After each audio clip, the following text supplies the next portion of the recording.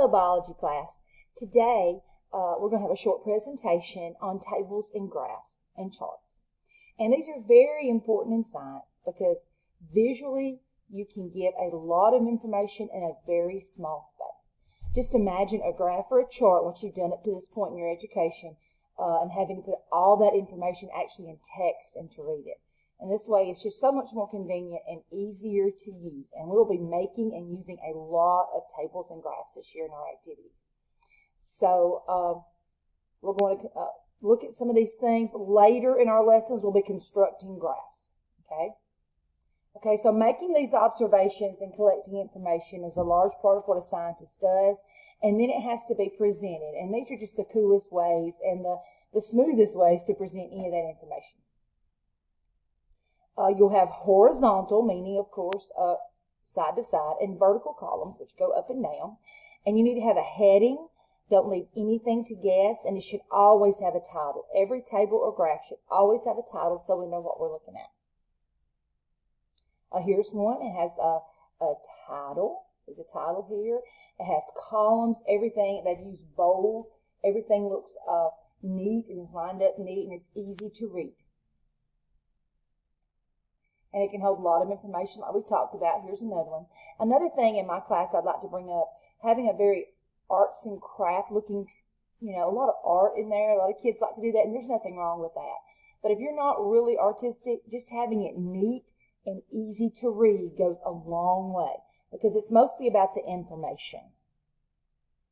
Okay, then you have circle graphs. Sometimes these are called pie charts, and it's good to show how a whole is divided into its parts.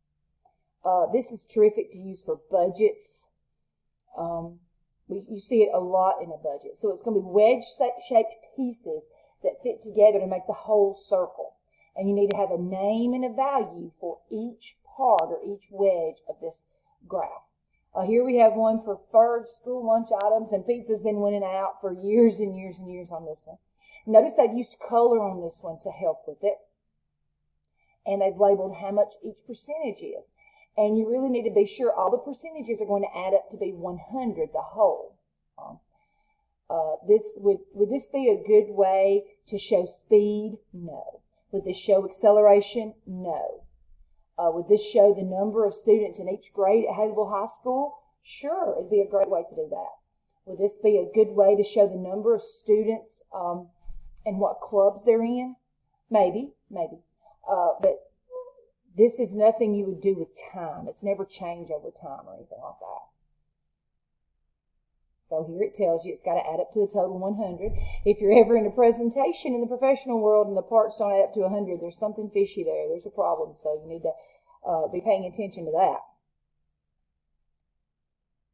Now, bar graphs are one that kids like to make. They seem to enjoy making bar graphs. They're easier to make on graph paper if you have that available. And they're used to organize information. And color can really be used in these also to make them much more informative and easier to read.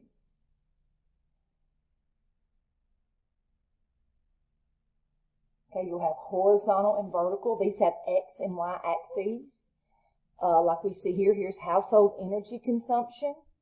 And notice, even though there's not color, we've got this neat and they're separated enough where we can read. We have numbers. Again, there's a title. We've labeled the X-axis and we've labeled the Y-axis easily. So you see how all that works. You never want to leave this unlabeled. Never leave your bars unlabeled. Sometimes these can be worked the other way. You'll sometimes see them with the bars working horizontally instead of vertically. Also, always have your scale labeled here so we know what we're looking at. The numerical scale must be consistent. You have to make each one of these lines equal the same amount, whether it's 100, 1,000, or fives, or ones. This is dealt in ones.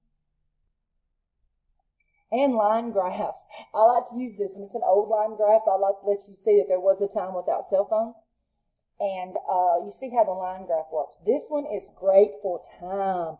Line graphs are great to show change over time. Okay? And here you're really going to have to look at your dependent and independent variables. Dependent will be on the y-axis, and independent is on the x. So you got to ask, what depends on what? I want to go back and look at this picture and talk about it a second. Time. Is time a dependent or an independent variable? Time is independent. It's going to happen no matter what. Okay. If this was showing speed, like how fast Miss Brown leaves here on Friday afternoon, if my car wouldn't start, would time still happen? Yes. My distance may be 0. That'd be a flat line graph, wouldn't it? So time's going to happen. Time is independent. It depends on nothing. Speed is dependent. Okay, it depends on the time. All right, so independent will go on your x-axis. And you just have to ask, what depends on what? Okay. They're drawn by connecting the observed points where the two numerical quantities intersect. And you made these before. Your other science teachers do really good jobs with you on these. So here gives you some tips. So a circle graph shows how a whole is divided into its parts. You could use a circle graph to show the favorite colors of the students in your class. You could use a circle graph to show the favorite subject, what percentage of students like science, math, English, or history in Haleyville High School. It's really good to show that kind of thing, but you couldn't show the acceleration of my car out of the parking lot on Friday. You couldn't use that with a circle graph.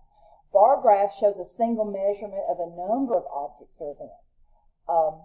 A bar graph, you could use that to show the favorite movie genres of Haleyville High School students, thriller, action adventure, mystery, romance, that sort of thing. And of course, a line graph, it's all about speed and acceleration, changes over time. It's where you will almost always use a line graph. Okay, thank you.